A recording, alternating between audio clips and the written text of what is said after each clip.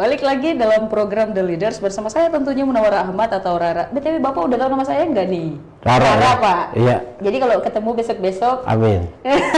harus Pak ketemu lagi. Siap.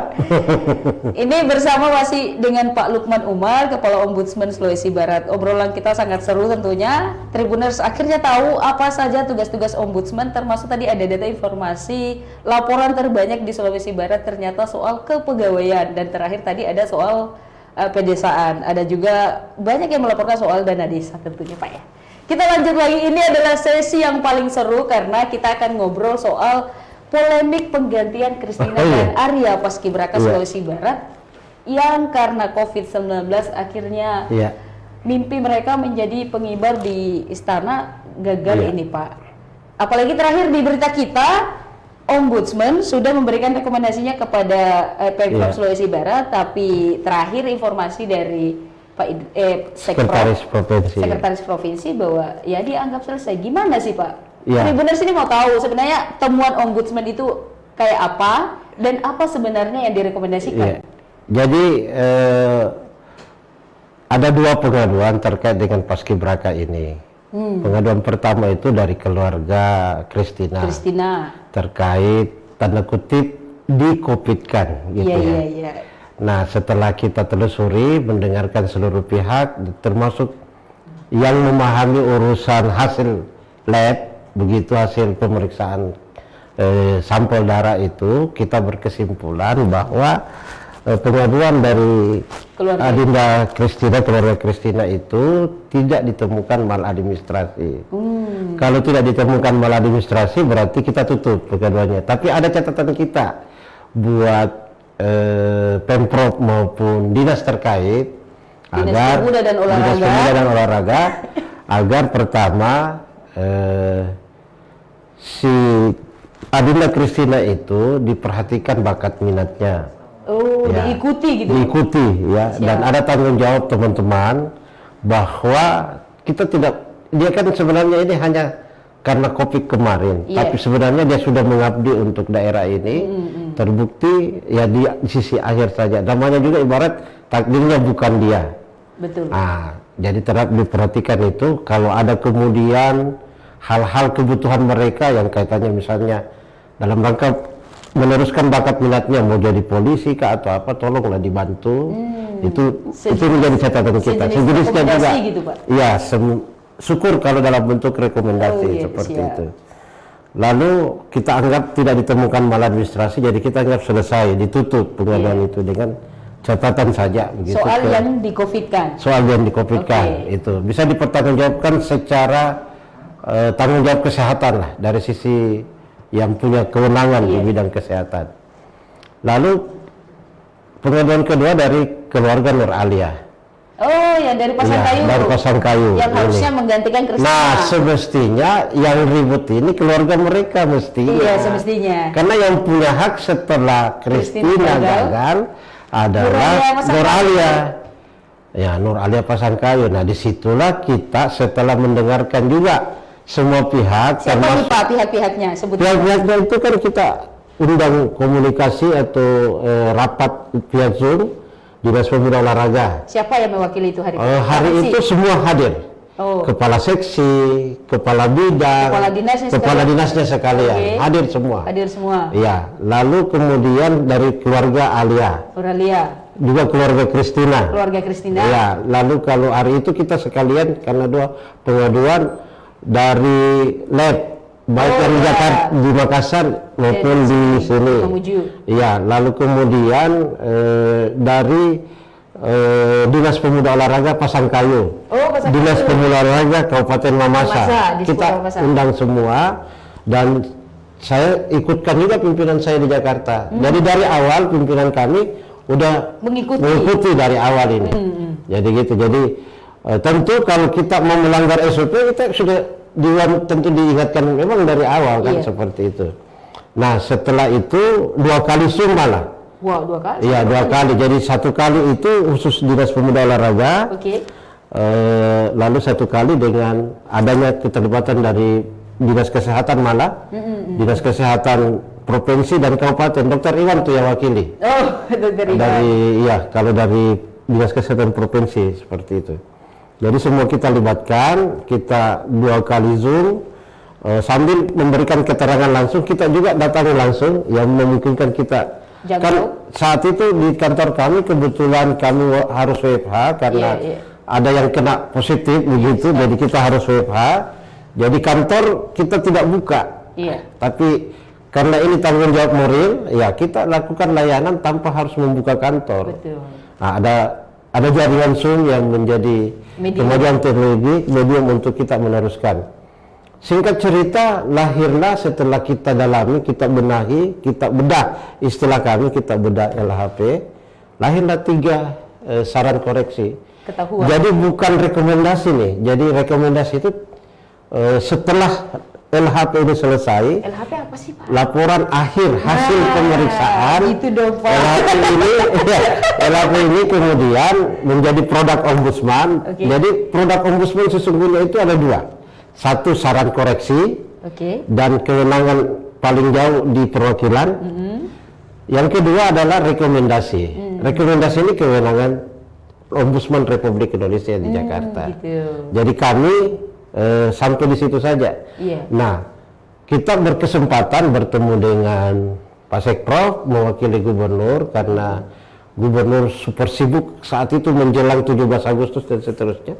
Sementara kami juga tidak ingin kehilangan momentum. Betul. Gitu. Jadi kita akhirnya serahkan dengan memberikan 3 saran koreksi. Jadi itu bukan catatan biasa tuh, saran koreksi itu bukan catatan biasa. By proses yang dia banyak, ada proses dari awal sampai set baru lahir itu, dan kami siap bertanggungjawabkan itu seperti itu. Nah, 3 saran koreksi itu. Pertama, memberi pembinaan terkait dengan siapa saja yang terlibat di situ. Ya, saya tidak mau mengajari bebek berenang lah. Ya, Pak Sekprov, Gubernur dan seterusnya kan dari birokrasi juga. Udah paham luar biasa lah itu. Udah tamat, Pak. Gurunya malah ini kalau terkait dengan pembinaan. Nah, yang kedua, kita minta agar Nur Alia, keluarga Nur Alia itu seperti Kristina diikuti, diperbaiki, pokoknya diperhatikan bakat minatnya untuk meminimalisir dampaknya itu. Karena disinilah terjadi yang namanya kesalahan prosedur. Memang ada kesalahan prosedur? Iya, pasti. Sudah dipastikan kesalahan prosedur itu karena mestinya setelah Kristina gagal, harusnya yang dimaksimalkan untuk ikut ke istana itu adalah Nur Alia. Kelirunya di mana, Pak, di situ? Ya, kelirunya karena tidak diikuti prosedur di mana mestinya peringkat kedua yang diambil. Faktanya apa tuh, Pak? Karena ada tertulis itu, Pak. Kabarnya kemarin. Iya. Nur Alia katanya sudah dihubungi, tapi tidak ada duit berangkat. Kabarnya. Itu awalnya itu informasi untuk membenarkan. Oh gitu. Jadi pembenaran itu. Jadi apa, Pak? Temuan kita bahwa berdasarkan keterangan dari Dinas Pemuda Olahraga Pasangkayu dan keluarga, mereka nanti ini malah Dinas Pemuda Olahraga Pasangkayu bilang saya itu dihubungi tapi bukan masalah itu, Pak, tapi bagaimana calon dari Pasangkayu untuk paskibraka provinsi. Ya Allah. Ya, jadi bukan karena gagalnya Kristina untuk meminta Nur Alia. Justru belakangan baru mereka tahu. Jadi istilahnya selisih beberapa waktu baru keluarga Nur Alia tahu bahwa mestinya kami tapi kok bukan kami. Makanya melapor ke Ombudsman. Berarti mereka tidak tahu kalau Kristina gagal berangkat. Mereka tidak tahu. Pasangkayu tidak tahu. Nanti media rame nih.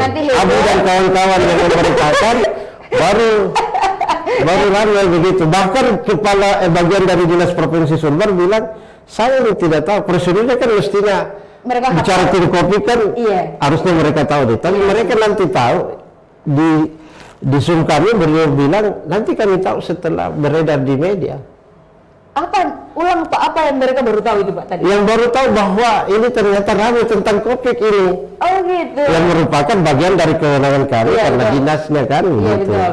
Seperti itu. Jadi tim Kopik provinsi kalau kita tanya akan bilang bahwa ya kita tidak diberitahu oleh dinas. Iya. Dinas pun ketika kita tanya kenapa tidak dipromosikan, iya. Kami ini kaget, bingung, blank istilah mereka. Tapi alasan itu Pak, tidak boleh dibenarkan, nggak bisa. Itulah namanya kesalahan prosedur. Oh gitu. Iya, kan ada berita acara yang mereka buat sendiri dan tanda tangani. Betul, kita Di situ jelas sekali bahwa cadangannya Nur Alia, iya. harusnya berangkat Nur Alia Pasangkayu. Nur Alia Pasangkayu. Disitulah maladministrasinya. Kenapa tidak dimaksimalkan kehadiran Nur Alia? Nah, setelah kita konfirmasi ke keluarga Nur Alia dan dinas kita tidak pada saat endingnya. Iya betul. Harusnya mereka kan ditelepon, tidak ada telepon itu. Tidak ada telepon tidak sampai ada telepon ke Dinas itu. Pemuda dan Olahraga. Ada nanti setelah ditentukan si Anggi ini. Si Anggi itu berangkat baru mereka tahu. Iya. Ya kan disitulah. Bahwa kemudian itu ada kesalahan-kesalahan seperti itu, ya itulah yang harus dipertanggungjawabkan kan. Disitulah peran ombudsman. Disitulah peran kami untuk memberitahu ada nih yang seperti ini. Oke. Kalau semua kesalahan itu dibiarkan begitu saja, ya itu artinya kan menjadi pembiaran. Menjadi pembiaran. Pak. Padahal ini kan sebenarnya kegiatan rutin. Iya betul. Kegiatan rutin. Kebetulan saja ada istilah Covid. Betul. Nah, saran ketiga kita adalah perbaikan dalam rangka aturan rekrutmen itu yang dilakukan mulai dari pusat untuk memperbaiki karena adanya Covid. Iya. Jadi memperhatikan hal-hal seperti itu karena memang realnya di lapangan mereka kaget. Loh, kalau Covid bagaimana gitu. Iya. Padahal kan tetap saja bahwa berita acara itu jangan hanya daftar keinginan. Berita acara itu jika A gagal berarti B dong. Iya betul, harusnya Pak. Ya itu semestinya terjadi. Nah mestinya inilah yang teman-teman dari adik-adik keluarga adik Nur Alia ini ya, untunglah agak lebih mau membuka diri. Akhirnya mereka legowo Pak. Legowo sih iya, tetapi bahwa mereka tetap menuntut keadilan. Nah, Nur Alia gimana nih? Jadi itulah yang makanya kita juga teruskan karena pengaduan di ombudsman itu kalau sudah diproses tidak bisa lagi di istilahnya tidak lanjut. Misalnya dia bilang saya berhentikan itu kasus, maksudnya dia ditutup dengan sendirinya. Tidak, kita tidak bisa tutup dan dia tidak bisa menuntut lagi untuk ditutup ya begitu sebelum sampai selesai prosesnya seperti itu. Berarti yang menjadi temuan ombudsman harusnya dilaksanakan.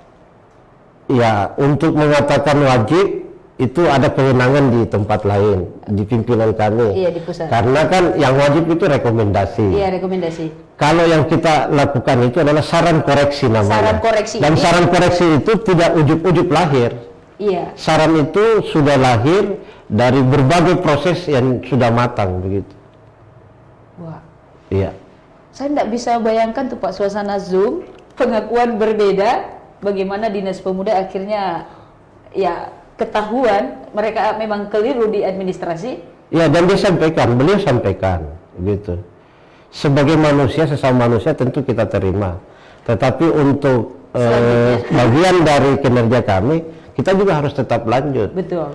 Nah, prinsipnya ketika kita sudah serahkan ke Pemprov, kita juga sekali lagi tidak menuntut untuk dilaksanakan seperti apa yang kami minta. Minimal beritahu kami. Iya. Ini yang diminta saran ini saya belum lakukan karena A, B, C. Kan kita sampaikan secara tertulis. Berarti sampai hari ini dari komunikasi soal itu, Pak? Saya WA beliau, Pak tolong ini sudah, kan 14 hari, seperti punya media 14 hari setelah ini, kami akan memberitahu, mengingatkan maksudnya. Iya. Jadi setelah diserahkan 14 hari, dan kita sudah surati, karena itu bersifat surat. Sudah disurati. Surati, saya WA juga. Sejauh mana progresnya? Pak tolong ya, intinya bertanya itu, ini kita sudah sampaikan bagaimana tindak lanjutnya. Gitu. Sampai hari ini belum? Sampai hari ini belum, sehingga tentu berdasarkan aturan yang ada, kami menyerahkan ke pusat. Jadi kewenangan selanjutnya akan kita lihat seperti apa. Jadi kalau teman-teman media mau mempertanyakan ya, kalau menuntut kami lebih dari itu, kami kena kode etik lah. Iya. Ya, Anda diberikan kewenangan 1 sampai 5 kok mau lebih dari itu. Siap. Yang kedua kan, saya tidak bekerja hanya untuk persoalan ini. Siap. Banyak pengaduan masyarakat juga yang harus saya tindak lanjuti seperti itu. Kalau kemarin berita terakhir di kita di tribunsulbar.com yang dimuat Pak Idris, ada keterangan bahwa sudah dianggap selesai, Pak. Berarti kita menunggu dari Ombudsman Pusat nih, Pak. Iya, buat kami akan terus seperti itu. Setelah dari Ombudsman bahwa Pusat, kemudian Ombudsman nanti juga menemukan, kalau misalnya kami juga ditemukan kesalahan prosedur, tentu kita akan ditanyai. iya. Tapi Pasti. sejauh ini tidak ada, Pak. Sejauh ini kami menjalankan seluruhnya berdasarkan kewenangan yang kami Sesuai miliki. prosedur yang ada, Pak. Iya, dan haknya yang mendapatkan saran koreksi itu mau melakukan atau tidak, haknya juga mereka. Makanya saya tidak menuntut berlebihan. Saya hanya bilang, kami kan menyurat, minimal balaslah surat kami. Oh gitu. Itu Gitu. Pak dibalas suratnya. Biar jelas Pak ya maksudnya, supaya tidak ada pembiaran dan tidak ada kasus kedua soal Nuralia. Tentu itu yang kita harapkan, Pak. Harapan kita begitu. Berarti bisa ditekankan bahwa tidak di-COVID-kan sesuai dengan temuan, Pak ya? Saya atas nama Ombudsman menyatakan bahwa tidak di-COVID-kan. Tidak di-COVID-kan, Iya, tapi tidak ada di-COVID-kan. kesalahan administrasi karena Nuralia, bukan Nuralia yang berangkat. Itu di pengaduan kan saya bilang ada 2 pengaduan. Pengaduan pertama tidak ditemukan maladministrasi. Pengaduan kedua ada ditemukan maladministrasi. Yang inilah yang berproses karena tidak selesai di tingkat provinsi, ya kami limpahkan ke Jakarta. Nah, dari Jakarta nanti kembali. Nantilah Jakarta akan juga akan meminta keterangan di berbagai pihak juga jika diperlukan. Siap. Kalau dianggap apa yang kita sampaikan itu belum cukup, mereka juga akan bertindak untuk mencukupkan, untuk melengkapi. Berarti